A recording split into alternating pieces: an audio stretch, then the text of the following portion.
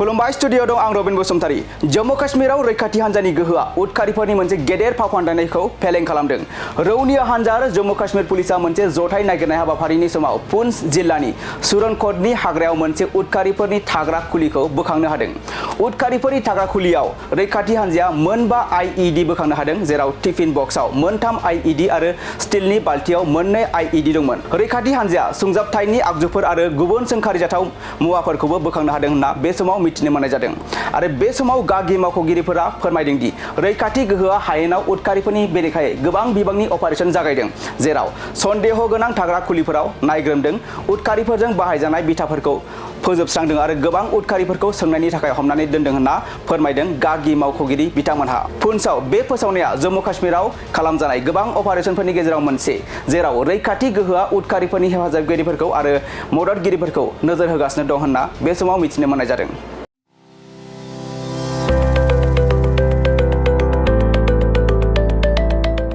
मोनसे गोजोनथाव खौरां। क'क्राझार सहरनि जेडि रडजों नांजाबनाय गोजोनपुरी रयेल एनफिल्ड श'रुमनि गोजौआव थानाय सेन्ट्रेल भारत सेवाक समाजजों गनायथि होजानाय आइ आफा बीएम भकेशनेल इनस्टिट्यूटआव 2025 आरो 26 मायथाइनि मुं थिसननाया सोलिगासिनो दं।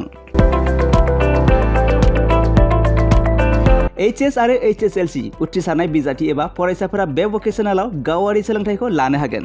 गोदान मुं थिसननाय आयदाफोरा जाबाय BSS diploma in medical record science, BSS Diploma in EEG and EMG Technology, BSS Diploma in Critical Care Management, BSS Diploma in Hospital Waste Management, BSS Diploma in Hospital Infection Control and Prevention, BSS Diploma in First Aid and Patient Care, BSS Diploma in Physical Assistant, BSS Diploma in ECG Technician, BSS Diploma in Hospital Administration, BSS Diploma in Hospital Sterilization Technician Assistant, Certificate in Dietitian, Certificate in Old Age Care, Certificate Hospital Housekeeping, Lab Assistant, Pharmacy Assistant, Certificate in Emergency Medical Service, Certificate in Pulmonary Function Test एबा PFT Technician, Certificate in Awareness of HIV/AIDS, Certificate in Anti-Malaria Training आरो लोगोसे Office Management Courses, Computer Courses आरो Communicative and Soft Skill Educationनि कर्सफोरखौ 2 बोसोरनि गेजेरावनो आबुं खालामनानै